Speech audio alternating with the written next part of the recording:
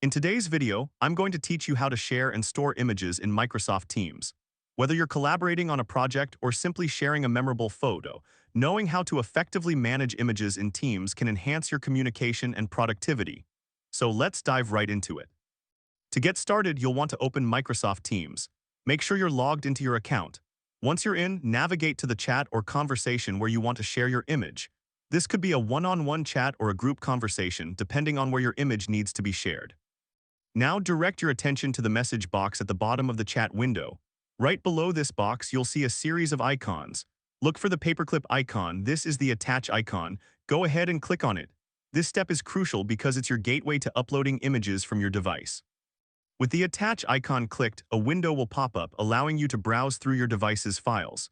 Here, you'll want to select the image you wish to share.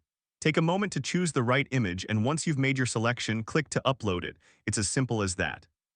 Once the image is uploaded, it will appear directly inside the chat. This means everyone in the conversation can immediately see it.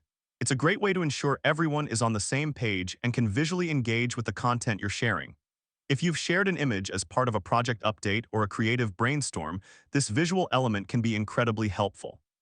But what if you want to look at the image again later? No worries. You can open the image anytime from the conversation.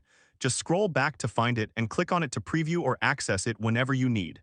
This feature makes it easy to reference shared images without having to search through your device's files again.